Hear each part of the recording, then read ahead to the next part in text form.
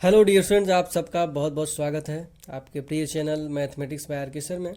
प्यारे बच्चों, जैसा कि आप यूपी बोर्ड का कल यानी दिनांक 7 मार्च को अंतिम पेपर है सामाजिक विषय का, उस पर प्यारे बच्चों हम आइए चर्चा करते हैं। और बहुत ध्यान समझेंगे, बहुत ही कम समय में आप लोग को मेन मेन चीज़ों को मैं बताऊंगा, उसको आप लोग अच्छे से समझना है, माइंड में सेटअप करना और एग्ज़ाम में बेहतर रिस्पॉन्स लेके आना है। चलिए प्यारे बच्चों, आप लोग देख रहे हैं कि मैं आपके सामने पेज पे मैंने कुछ नॉर्मल टॉपिक्स वगैरह लिख दिए हैं। वो इसलिए लिख दिए कि आपको समझने में कोई दिक्कत ना हो। ठीक, आइए समझते हैं क्या चीज़ें हैं और कैसे क्या क्या ध्यान देना है। हमने कुछ लिख दिया सामाजिक विषय को इंग्लिश में सोशल साइंस बोलते हैं या सोशल स्टडी भी कह सकते हैं। इसको मैंने एरो बनाकर क और ख दो खंडों में बनाया है। एक इतिहास, इतिहास का एक सहायक खंड होता है नागरिक शास्त्र, इतिहास और नागरिक शास्त्र दोनों मिलाकर एक खंड होता है। और ख भूगोल और अर्थशास्त्र मिलाकर एक खंड होता है। इतिहास को इंग्लिश में हिस्ट्री बोलते हैं, नागरिक शास्त्र को सिविक्स, भूगोल को जियोग्राफी और अर्थशास्त्र को इकोनॉमिक्स। इतिहास में कुछ ऐसे मेन मेन टॉपिक्स हैं जिस पे ही प्रश्न मैक्सिमम आते रहते हैं। इस इतिहास में विश्व युद्ध है, ठीक। दूसरा क्रांति, अगला भारत में राष्ट्रवाद, यूरोप में राष्ट्रवाद। नागरिक शास्त्र में किस किस प्रश्नों से चैप्टर से प्रश्न आते हैं? सत्ता है, राजनीति में कैसे क्या कुछ योगदान है, लोकतंत्र का क्या महत्व है, चुनाव कैसे क्या होता है, किसके सब चीज़ें। भूगोल में संसाधन है, कृषि है, पृथ्वी के पूरे वायुमंडल, जनमंडल, थलमंडल, जो भी मंडल है उनके बारे में चर्चाएं। और अर्थशास्त्र मतलब अर्थ का मतलब होता है पैसा, इकोनॉमिकल कंडीशन, अर्थशास्त्र की व्यवस्थाएं। उसमें राष्ट्रीय पूरी दिनचर्या पे चर्चा होते हैं, अर्थव्यवस्था क्या है अपने देश की, उद्योग में क्या क्या है, बजट क्या है, इन सब चीज़ों से प्रश्न आते हैं। और लास्ट में मानचित्र आपका 10 नंबर का आता है। ठीक, तो आइए प्यारे बच्चों, हम लोग कुछ ऐसे प्रश्नों पे और चीज़ों पे टॉपिक पे चर्चा करेंगे जो बहुत इंपॉर्टेंट है। ये रहा आपका बेसिकली, जिसको मैंने बता दिया। अब आते हैं हम लोग अगला जो चैप्टर वाइज दिया है, जो चीज़ें मैं एक बार आपको बता दूं। मेरे हाथ में विद्या क्वेश्चन बैंक है आपके सामाजिक विषय का, क्लास 10 का।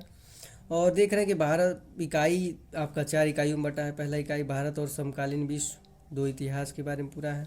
ठीक, आप लोग देख भी रहे होंगे इसको अच्छे से, और उसमें बताने की आवश्यकता नहीं है। यूरोप में राष्ट्रवाद मतलब चैप्टर्स वगैरह हैं, इसको एक बार आप लोग इसमें देख भी सकते हैं। फिर जो चीज़ें मैंने सत्ता के बारे में बताया, और राजनीतिक दल पूरा जो चीज़, मुद्रा वगैरह, साख, ये सब चीज़। बहुविकल्पीय प्रश्न आपको पता है कि 20 MCQ आएंगे। ठीक, और आपके OMR में हु सेटअप रहते हैं, कैसे क्या चीज़ होते हैं। ठीक, पूरा मिलाकर इसमें पूरा बांटा हुआ है। अब आते हैं कुछ ऐसे चैप्टर जो काफ़ी में वाकई में बहुत काफ़ी इंपॉर्टेंट है, उसके बारे में चर्चा कर लेंगे।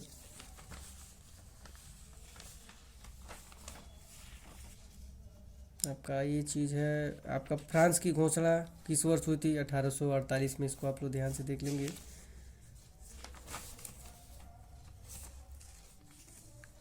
नेपोलियन बोनापार्ट विश्व का महानतम व्यक्तियों में से था, उसके बारे में पूछता है, नेपोलियन कौन था।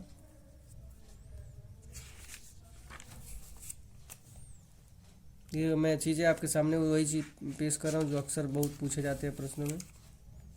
वियना संधि क्या थी? इसको एक बार आप देख लेंगे। भारत में राष्ट्रवाद।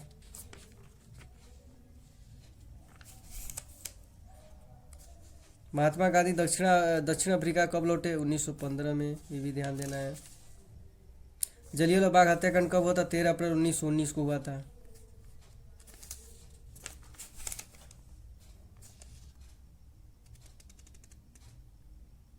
करो या मोरो का नारा किसने दिया था? महात्मा गांधी। वंदे मातरम का मतलब किसने लिखा था? बंकिम चंद्र चट्टोपाध्याय, आपको पता है। चौरी चौरा कांड कब हुआ? तो 1922 में।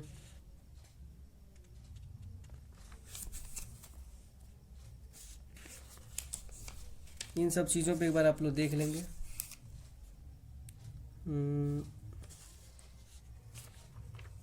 रिंडर पेस्ट क्या था? एक बीमारी था अफ्रीका में। क्या था? रिंडर पेस्ट एक बीमारी का नाम था।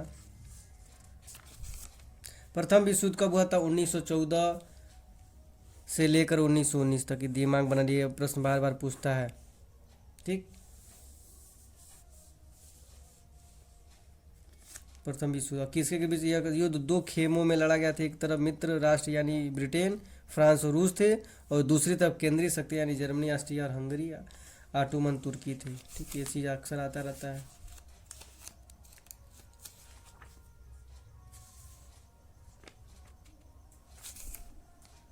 और ब्रिटेन में छपाई की तकनीकी किससे आई? इटली से आई। देखिए बहुत से भारी भारी प्रश्न नहीं आते हैं।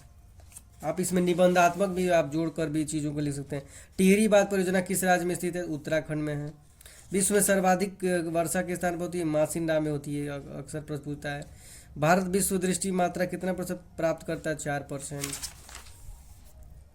वर्षा जल संग्रह क्या करते हैं? तो बारिश के जलों को संग्रह करना ही वर्षा जल संग्रह कहलाता है। जो क्या करते हैं, बारिश के पानी को पोखरों द्वारा, तालाबों द्वारा, नालों द्वारा इस तरह सुरक्षित किया जाता है। ये सब चीज़ें दिया है। खरीफ की फसल, ठीक, ये सब चीज़ें हैं।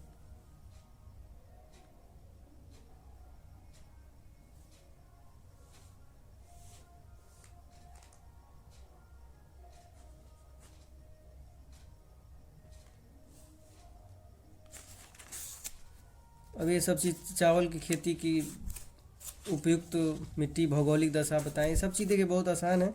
इन सब चीज़ों को आप भी चाहें तो जोड़ कर लिख सकते हैं, ठीक है, निबंध के तौर पे।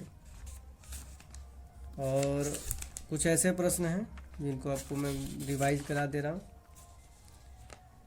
देखिए एमसीक्यू क्वेश्चन में ही आपको नंबर थोड़ा सा आएंगे कटने वाले, बाकी तो आप लोग जोड़ जाड़ के लिख ही सकते हैं, उसमें कोई दिक्कत नहीं है।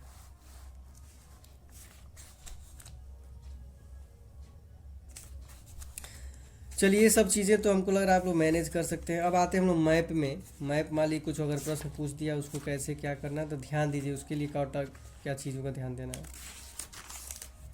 जैसे आप देख रहे हैं, मैं मैप का एक मैप निकाला हूँ आपके सामने। और मान लीजिए राष्ट्रीय कांग्रेस के महत्वपूर्ण सत्र वगैरह दिया है, और देखिए अगर 22 आपको आ रहा है तो अच्छे से प्रश्नों को 5 प्रश्न पूछेगा, ठीक। और मेरे हाथ में पेपर भी है, और पेपर में एक चीज़ का ध्यान देना है, बहुत से लोग गलती करते हैं। आइए पेपर के बारे में बता दें। ये आपका पिछले सत्र का पेपर है 2023 का, ठीक है।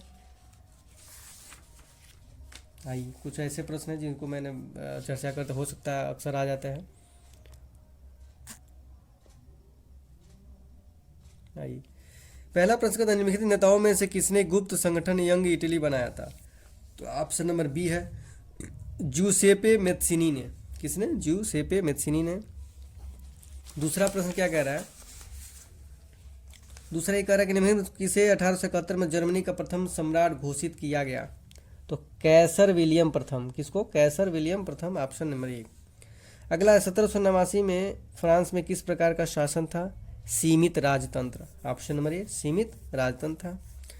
ब्रिटेन में कार्न कानून समाप्त करने का क्या कारण था? तो ब्रिटेन में कार्न कानून समाप्त करने का कारण उद्योगपतियों और शहरी लोगों का विरोध था, ठीक है। पांचवा कह रहा है 1944 में ब्रिटेन वुड्स सम्मेलन कहाँ आयोजित किया गया? तो अमेरिका में, ऑप्शन नंबर बी अमेरिका में किया गया। निम्नलिखित कौन सा विषय संघ सूची में है?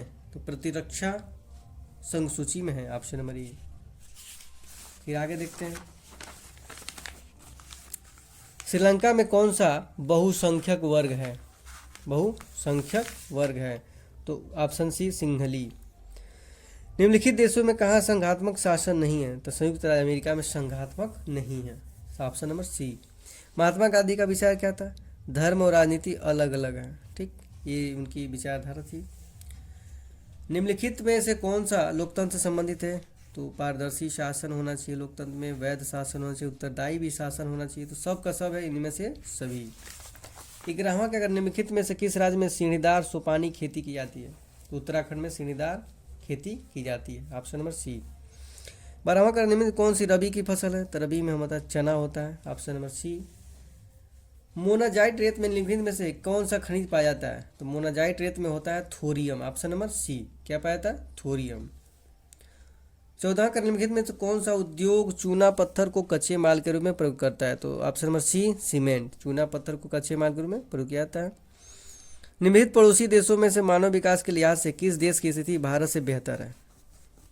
पड़ोसी देशों में मानव विकास के लिहाज से किस देश की स्थिति भारत से बेहतर है? तो श्रीलंका की स्थिति बेहतर है भारत से। प्रश्न 15 एमसीक्यू है, और मैक्स इन सब चीज़ों को एक बार रिवाइजन कर लेंगे आप लोग, रिवीजन अच्छे से कर लेंगे कि दिक्कत ना हो। 16वां का, निम्नलिखित में से कौन सा खनिज धात्विक है? तो लौह, ऑप्शन नंबर सी है।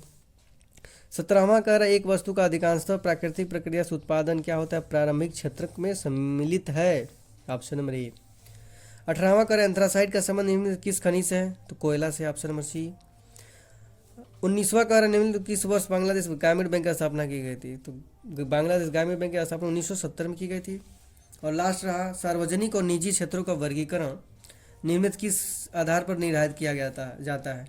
तो उद्यमियों के स्वामित्व पे। ठीक है, तो 20 प्रश्न थे आपके एमसीक्यू ओमियार के। आगे प्रश्नों में ध्यान देंगे, पार्ट बी में कुछ प्रश्न देगा, एक प्रश्न देगा अथवा करके उसके नीचे, ठीक, दो उसी में अथवा तो करें। और इंग्लिश मीडियम में भी दिया, कुछ बच्चे इंग्लिश मीडियम के तो उसको भी कर लेंगे। आपको ध्यान ये देना है, आगे प्रश्नों को उत्तर देते जाएंगे। जब आएंगे आप मानचित्र संबंधी एक चीज़ ध्यान देंगे, यहाँ पे हम लोग को कुछ चीज़ें आपको बताना चाहते हैं। मानचित्र संबंधी प्रश्न ऐसे आपको दे दिया है, प्रश्न दे दिया है, आधा नंबर आपको लिखना है और आधा नंबर आपको इंडिकेट करना है। ठीक है, तो इन सब चीज़ों को ध्यान देने के लिए अब आइए, से मान लीजिए प्रश्न हो गया 5, तो 5 नंबर का आपका ये आ गया इतिहास वाले से। 5 नंबर का आएगा भूगोल से, उसी का अगला। ठीक है, जो पेपर में आपको दिखा रहे हैं, उत्तर प्रदेश राजधानी नगर चिन्हित कीजिए। उत्तर प्रदेश का लखनऊ को चिन्हित कर देंगे, ये आपका भूगोल में कहा गया। इसके नीचे एक चीज़ ध्यान देना, यही मैं आप लोगों को इंडिकेट कराना चाहता हूँ कि इसके बाद वाला जो लास्ट का पोर्शन होगा जिस पे लिखा है कि केवल दृष्टिबाधित परीक्षार्थियों के लिए मानचित्र कार्य के विकल्प के रूप में only for visual impaired examinees in lieu of map पर, यानी ऐसे लोग जो दृष्टिबाधित होते हैं, अंधे होते हैं, अंधा सब तो उनके लिए बुरा बात है, दृष्टिबाधित लोग जिनको आँख से स्पष्ट दिखाई नहीं देता है, ऐसे व्यक्तियों के लिए ये प्रश्न है। उनके साथ कोई व्यक्ति आता है, ठीक है, जूनियर कोई, उनके लिए तो आप लोगों को ये अक्सर नहीं करना है। तो मैं क्रॉस इसलिए काट दे रहा हूँ कि अंतिम वाला सेक्शन आप लोग ध्यान से देख लेंगे, इसको करना नहीं है। तो प्यारे सभी बच्चों, आप अपने दिमाग में इसका आंसर नहीं देना है, आपको सीधे टू सीधे आपको मैप और 9A और 9B मानचित्र समझ, तो 9A ये हो गया आपका हिंदी में और 9B ये हो गया। फिर इसी के नीचे अगला ये 9A है तो केवल दृष्टिबाधित के लिए, और 9B इसके पीछे जस्ट जो इधर आपको लास्ट वाले पन्ने पर। तो इसको आपको जो स्वस्थ हैं आँख से उनको कतई नहीं करना है, ऐसे लोग करेंगे जिनका दृष्टिबाधित है, आँखों से परेशानियाँ हैं। ठीक है, तो प्यारे बच्चों, मुझे आशा है कि कहीं कोई दिक्कत आप लोग को नहीं होगी। जो एमसीक्यू बताया गया उसको आप लोग तैयार करेंगे। जिसको भी कोई दिक्कत होगा कमेंट में ज़रूर अपने प्रश्नों को, बातों को रखेंगे।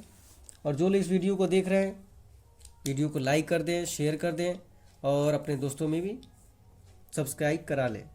प्यारे बच्चों, आप लोग को ये सामाजिक विषय की पेपर की हमारी ढेर सारी शुभकामना। जय हिंद, जय भारत। पेपर आपका शानदार जाए, अंत भला तो सब भला। सभी प्यारे दोस्तों को, सब्सक्राइबरों को मेरी तरफ से बहुत बहुत धन्यवाद। और आप प्यारे पुनः हमारे यूपी बोर्ड के सभी छात्रों को और सीबीएसई बोर्ड के भी छात्रों को पुनः बारंबार बहुत बहुत शुभकामना, बहुत बहुत बधाई, बहुत बहुत best of luck. Thank you. जय हिंद, जय भारत।